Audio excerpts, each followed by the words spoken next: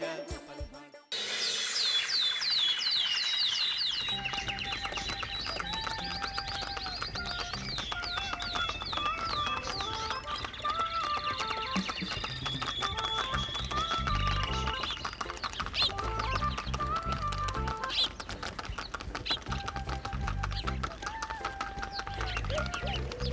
অনেক দিন পর বেশ লাগছে বন ভ্রমণ।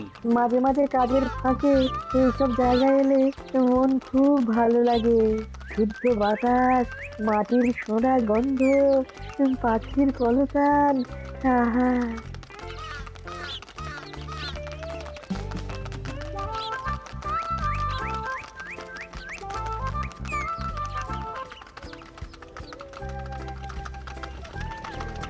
মহারাজের রথ থামছে। আমরা এইখানে বসে আজ রাজকার্য পরিচালনা করব। মন্ত্রী, তুমি ঝটপট এখানে বসার বন্দোবস্ত করে দাও। আমি এক্ষুনি ব্যবস্থা করে দিচ্ছি মহারাজ। এই এখানেই আমাদের বসার জন্য ছাউনি করে দাও। এক্ষুনি করে দিচ্ছি মন্ত্রী মশাই। এরা বসার জায়গাটা করে দিক, ততক্ষণ আমরা একটু হেঁটে আসি।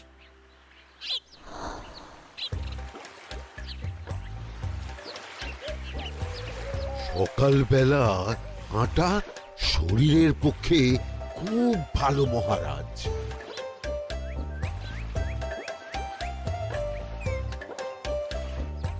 আগেকার দিনে রাজা মহারাজরা এই সব বনে মৃগয়া করতে আসতেন। মৃগয়া একদম ভালো নয় মন্ত্রী। তুমি জঙ্গলে আসছো অন্য প্রাণীদের মারতে। কেন মারবে? ওরা তো তোমার কোনো ক্ষতি করেনি। না, তা করেনি, কিন্তু তখন ওটা রাজা মহারাজাদের খেলা ছিল। শুনেছি আপনার প্রপিতামহ খুব ভালো বাঘ শিকার করতেন, অনেক বাঘ মেরেছেন। মন্ত্রী, তুমি একটা কথা হয়তো জানো না। আমার প্রপিতামহ শিকার করতেন, কিন্তু কোনো স্বাভাবিক জানোয়ারকে নয়, যে বাঘ মানুষ খেকো হয়ে প্রজাদের ক্ষতি করত। আমার প্রপিতামহ সেই সমস্ত বাঘদেরই মারতেন। এছাড়া উনি বন্য প্রাণী সংরক্ষণ করতে বড়ই ভালোবাসতেন।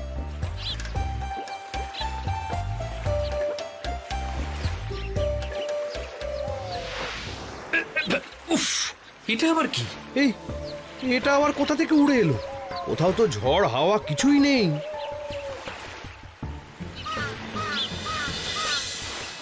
একটা ধাঁধা মহারাজ, এই কাগজে লেখা। ধাঁধা? পড়ো দেখি। জোয়ার ভাটা প্রভুর খেলা, ভাটা হবে হলে বেলা। ভাটা হলেই দেখা যাবে লাল রঙের এক পাথর পাবে।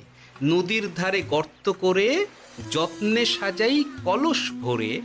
হেথায় হোথায় ছড়িয়ে যাহা, অন্ধকারে জলে তাহা। ঢুকলে চক্ষু ঝলসে যাবে, হাতের কাছে ঘন্টা পাবে। ঠিক ঘন্টা বাজলে পরে পড়বে ঝরে থরে থরে। ঘন্টা যদি হয় ভুল, যেন তুমি হারাবে কুল। ঠিক ঘন্টা চিনতে হলে নকশা দেখো চক্ষু খুলে। সিন্দুক দেওয়ালে হাত দাও, আসল ঘটনা জেনে নাও। ওরে বাবা, খুব দীর্ঘ ধাঁধা। তা মন্ত্রী, তুমি কিছু বুঝলে? এটা একটা গুপ্তধনের নকশা।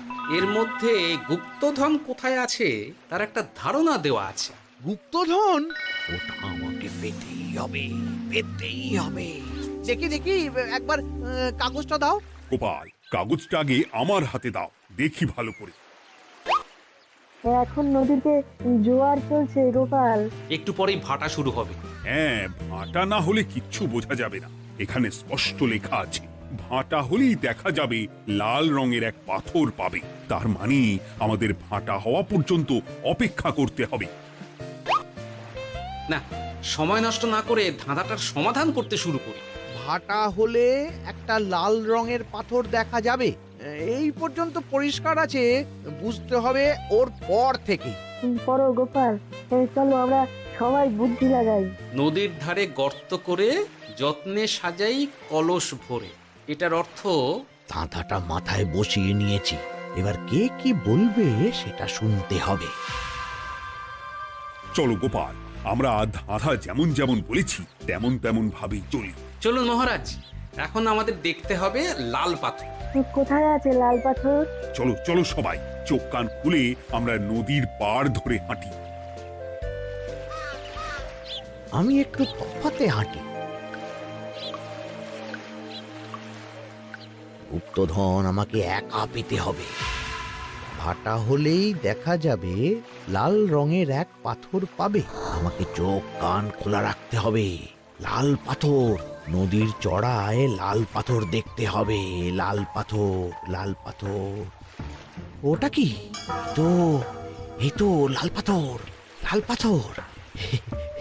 ওরা অনেকটা এগিয়ে গেছে, ওদের আমার দিকে নজর নেই। এই সুযোগ, এই সুযোগ, একা একা গুপ্তধন নিয়ে পালাবো।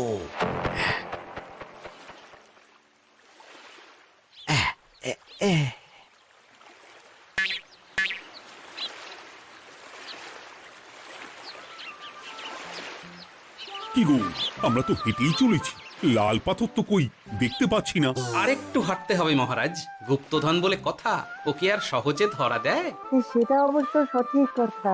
আচ্ছা, আমরা সবাই তো আসছি হেঁটে হেঁটে, মন্ত্রী মশাই গেলেন কোথায়? ও কি যে ঘটে! সত্যি তো, মন্ত্রী কোথায়? ও সেনাপতি, মন্ত্রীকে দেখেছো? কই, না তো মহারাজ। তাহলে কোথায় গেলেন মন্ত্রী মশাই? এই জঙ্গলে বাঘ ভাল্লুক আছে, শেষে কিনা বাঘে নিল।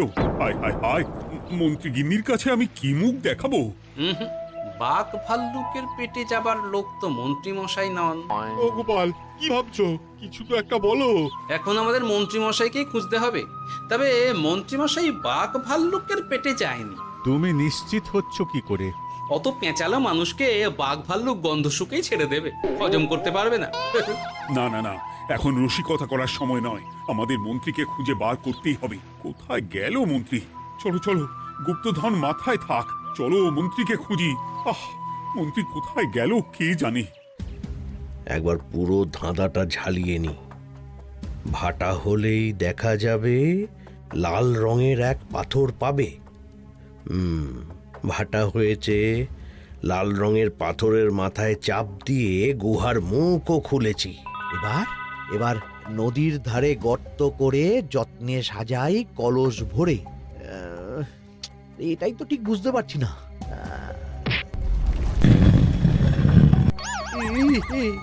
এই রে, এবার কি হবে? হ্যাঁ মহারাজ, কোথাও একটা আওয়াজ হলো।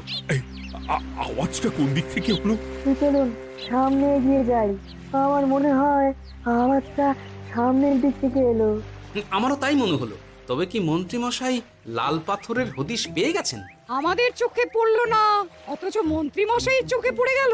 আসলে আমরা কথা বলতে বলতে গেছি, তাই নজরে পড়েনি।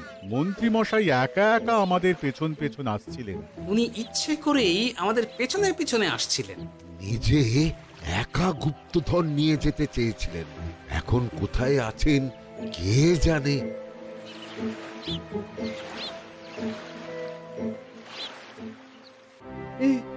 অন্ধকারে কিছু দেখতে পাচ্ছি না তো। দাঁতাতে কি ছিল? হ্যাঁ, কি ছিল? হেথায় হোথায় ছড়িয়ে যাহা, অন্ধকারে জলে তাহা, ঢুকলে চক্ষু ঝলসে যাবে, হাতের কাছে ঘন্টা পাবে। পেয়েছি পেয়েছি, ঘন্টা ঘন্টা ঘন্টাটা পেতে হবে। ঘন্টাটা ঘন্টাটা ঘন্টা। ভাটা হলেই দেখা যাবে লাল রঙের এক পাথর পাবে। নদীর ধারে গর্ত করে যত্নে সাজাই কলস ভরে, হেথায় হোথায় ছড়িয়ে যাহা, অন্ধকারে জলে তাহা, ঢুকলে চক্ষু ঝলসে যাবে, হাতের কাছে ঘন্টা পাবে। ঠিক ঘন্টা বাজলে পরে পড়বে ঝরে থরে থরে, ঘন্টা যদি হয় ভুল যেন তুমি হারাবে কুল। ঠিক ঘন্টা চিনতে হলে নকশা দেখো চক্ষু খুলে, সিন্দুক দেওয়ালে হাত দাও, আসল ঘটনা জেনে না। এবারে ভালো করে ঠান্ডা মাথায় ভাবতে হবে। ভাটা হলেই দেখা যাবে লাল রঙের এক পাথর পাবে। সেই লাল পাথরটাই তো খুঁজে পাওয়া যাচ্ছে না, অথচ মন্ত্রী মশাই খুঁজে পেলেন। আওয়াজটা কোথা থেকে আসছিল? এই কাছে পিঠে এই কোথা থেকে আওয়াজটা আসছিল।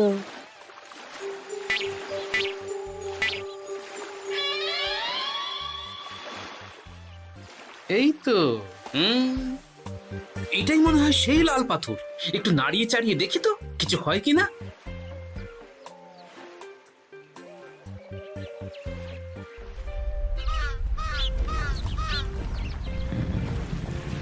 এই তো, কাজ হয়েছে। এই তো সুড়ঙ্গ। আপনারা নিচে নামুন। আপনারা কি দেখছেন সেটা বলবেন মহারাজ। সবাই যদি নেমে যাই, যদি কোনো কারণে সুড়ঙ্গের মুখ বন্ধ হয়ে যায়, তাহলে আর আমরা বাইরে বেরোতে পারবো না মহারাজ। গোপাল ঠিকই বলেছে, আমরা দুজন বাইরে থাকি। মহারাজ, আর একটা কথা, কোনো ঘন্টায় হাত দেবেন না, মনে আছে তো? ঘন্টা যদি হয় ভুল, যেন তুমি হারাবে কুল। ওরে বাবা, এই বয়সে আর কুল হারাতে চাই না। ঠিক আছে, তোমার কথাই অক্ষরে অক্ষরে পালন করব। দেখি এই সুরঙ্গে মন্ত্রীমশাইকে দেখতে পাই কিনা। চলুন মহারাজ, সুরঙ্গে নামি। সবাই সাবধানে নামো।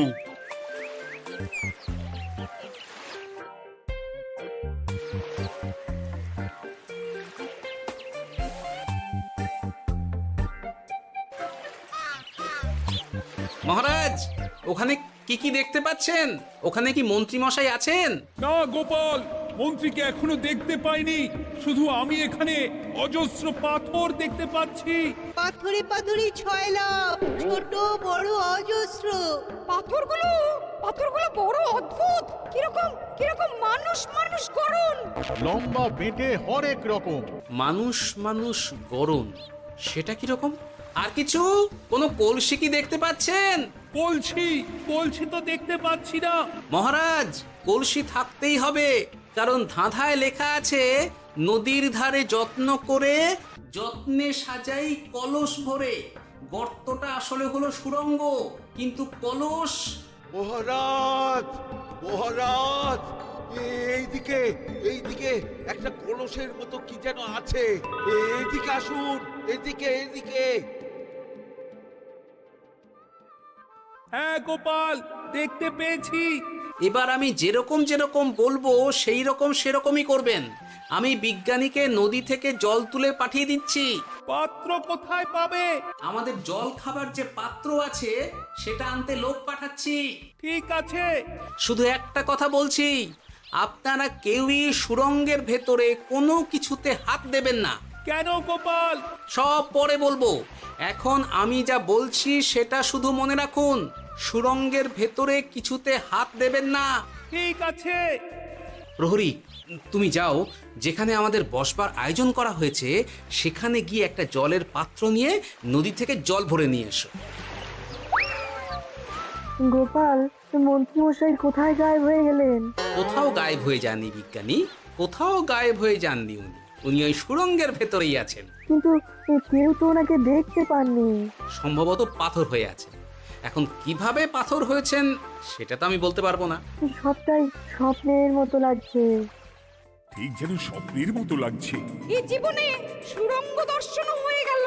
আমাদের পাতাল প্রবেশ। পাতালে আসিয়া আমি মনে মনে বলি, গুপ্তধন নিয়ে আমরা যেন সৎ পথে চলি। তোমার এখনো কাব্য আসছে সভাকবি? আসছে মানে কাব্যের সাথে আছে রোমাঞ্চ, করছে গা শীত, হচ্ছি আমি অধীর। মহারাজ, জল দিয়ে বিজ্ঞানীকে পাঠাচ্ছি। কি করতে হবে বিজ্ঞানীকে সব বলে দিয়েছি। তুমি ভেতরে আসবে না? আসবো ঠিক সময়ে। এখন আমি যেমন যেমন বলবো আপনি ঠিক তেমন তেমন করবেন। ঠিক আছে। বিজ্ঞানী, যেমন যেমন বললাম ঠিক তেমন তেমন ভাবে কলসিকে জল দিয়ে পরিষ্কার করবে। মনে রেখো, ধাঁধায় আছে কলসি সাজাই যতন কর। তুমি একটা কথা মনে রেখো বিজ্ঞানী, কোথাও হাত দিও না কিন্তু। ঠিক আছে গোপাল, তোমার উপস্থিত বুদ্ধির তুলনা নেই। আমি যাচ্ছি গোপাল। সাবধানে সাবধানে। মহারাজ, বিজ্ঞানী যাচ্ছে। সাবধানে নামো, সাবধানে। মহারাজ, কলসিটা কোথায়? ওই তো, একটু সাবধানে যাও।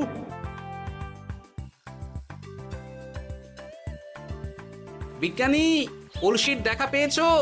পেয়েছি পেয়েছি পেয়েছি। এবারে কলসিটাকে ভালো করে জল দিয়ে ধুয়ে দাও। কলসির আলোয় সুড়ঙ্গ আলোকিত গোপাল। এরপর কি?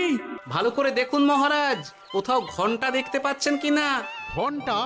একটা তো নয়, সার সার ঘন্টা, অনেকগুলো ঘন্টা। সাবধান, ঘন্টায় হাত দেবেন না, শুধু দেখুন।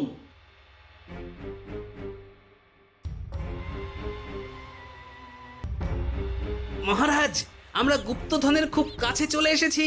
তাই নাকি? কি মজা কি মজা, এবার খাবো ক্ষীরের গজা। আহ সভা কবি, চুপ করো, এখনো আমরা গুপ্তধন পাইনি।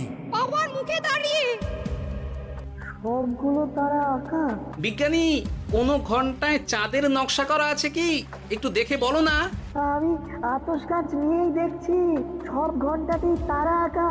খবরদার, কোনো ঘন্টাকেই ছোঁবে না। ঠিক আছে, কোনো কিছু না ছুঁয়ে আমি দেখছি। পেয়েছি গোপাল, চাঁদ আঁকার ঘন্টা পেয়েছি। ওই ঘন্টাটা বাজাও, বাজাও।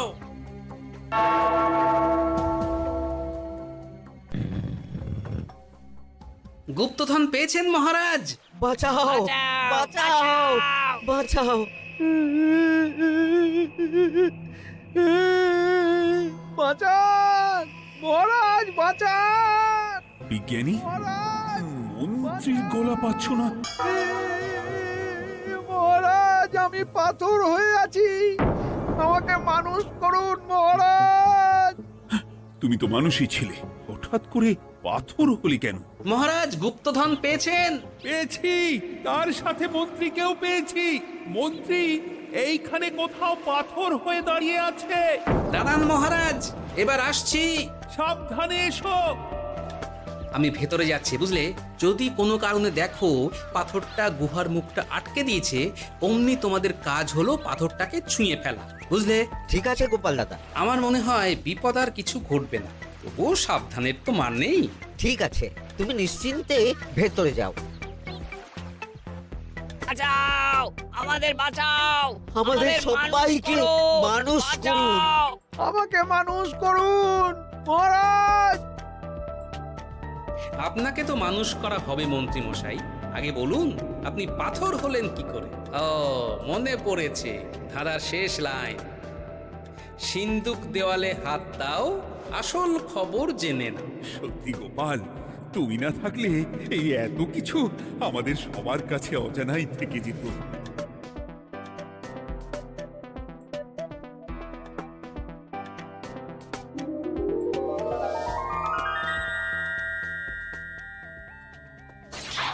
ধন্যবাদ আমাকে মুক্ত করার জন্য। আপনি কে? আমি যক্ষ। আমাকে এই ধন সম্পত্তি পাহারা দেওয়ার জন্য এক ডাকাত দলের সর্দার যক্ষ করে রেখেছিল। আমি 100 বছর ধরে এইখানে যক্ষ হয়ে আছি। আমি তোমার জন্য মুক্ত হলাম গোপাল। এই সম্পত্তি তোমার গোপাল। সম্পত্তি নিয়ে আমি কি করব? আমি এই সব সম্পত্তি মহারাজকে দান করলাম, রাজ্যের অনেক কাজ হবে এতে। তুমি ধন্য গোপাল, তুমি ধন্য। এবার আমার যাবার সময় এসেছে, আমাকে যেতে হবে। যাবার আগে এই পাথরগুলোকে মানুষ করে যান। এরা সব লোভী। আমি আমার সীমিত ক্ষমতায় এই গুপ্তধনের ধাঁধাকে এখানে যারাই ভ্রমণ করতে আসে তাদের হাতে তুলে দিই, কিন্তু কেউ এই ধাঁধার সমাধান করতে পারে না। সবার মনে লোভ কাজ করে, এই লোভ এদেরকে পাথর করে রেখেছে। পাথর হলো কি করে? একটা মানুষ এসে বুক ভরা লোভ নিয়ে আধা পুরো না জেনে পাথরে হাত দিলেই সে পাথর হয়ে যাবে। আমাদের আমাদের আমাদের ভুল ভুল হয়েছে, আর লোভ আর করবো লোভ না। করবো না। আমাদের বাঁচাও। আমাকে মুক্ত করে দিন, আমার খুব ভুল হয়েছে মহারাজ, মুক্ত করে দিন আমায়। তুমি এখানে আগে এসেছিলে, তাই তো আগে এসে ভাবলে নিজেই একা একা গুপ্তধনকে হরপ করে দেবে। এদিকে তোমাকে না দেখতে পেয়ে আমাদের কত চিন্তা হচ্ছিল। যারা লোভী তারা কারো কথা ভাবে না, শুধু নিজের কথা ভাবে। আমাকে আর একটা সুযোগ দিন, আমি আর লোভ করব না মহারাজ। ও, তোমার কথার কোনো দামই নেই। না মহারাজ, আমাকে আমাকে আর একটা সুযোগ দিয়ে দেখুন, আমি আর লোভ করব না, আমাকে মানুষ করুন মহারাজ। আমাদের সবাইকে আমাদের মানুষ সবাইকে করুন। মানুষ করুন, দয়া দয়া করে করুন, দয়া মানুষ করুন। করুন। যক্ষরাজ, এদের আপনি ক্ষমা করে দিন। ঠিক আছে, তোমাদের আবার মানুষ করে দিচ্ছি। আহ আহ, বাঁচলাম বাঁচলাম। এই রকম বারবার বাঁচা যাবে না, কিন্তু এবার সাপ ব্যাং যাই হবে না কেন ওইভাবেই থাকতে হবে, এই আমি বলে দিলাম। এবার আমার মুক্তি। মুক্তি নেবার আগে আরেকটা প্রশ্ন, যে ডাকাত সর্দার তার সম্পত্তিকে রাখার জন্য আপনাকে যক্ষ বানিয়েছিল, এ সম্পত্তি তো তাদের, আমরা তো নিতে পারি না। লোভ বড় খারাপ গোপাল, অতিরিক্ত লোভ মানুষকে পশু করে দেয়। ওই ডাকাত দল এই সম্পত্তির জন্যে সবাই কাটাকাটি করে মরে গেছে, কেউ আর বেঁচে নেই। সুতরাং এই সম্পত্তিতে তোমার অধিকার আছে, এই সম্পত্তি তুমি গ্রহণ করো। নিলাম আমি, কিন্তু এই সম্পত্তি মহারাজকে আমি দান করলাম। ডাকাত দল জনগণের সম্পদকে লুঠেই তো সম্পত্তি বানিয়েছে, তাই আমি জনগণের কাজে লাগবার জন্যই এই সম্পত্তি মহারাজকে দিলাম। গোপাল, তোমার জয় হোক। এবার তাহলে আমি যাই, তোমরা সবাই সুখে থেকো আর ভালো থেকো। গোপাল, তোমার তুলনা হয় না। তোমার ঋণ আমি কোনোদিন শোধ করতে পারবো না। তুমি কৃষ্ণনগরের জন্য যা করলে তা ইতিহাসে লেখা থাকবে। না মহারাজ, আমি এমন কিছু করিনি, এই কাজ সবাই করবে। জয় গোপালের জয়, জয় গোপালের জয়, জয় কৃষ্ণনগরের জয়।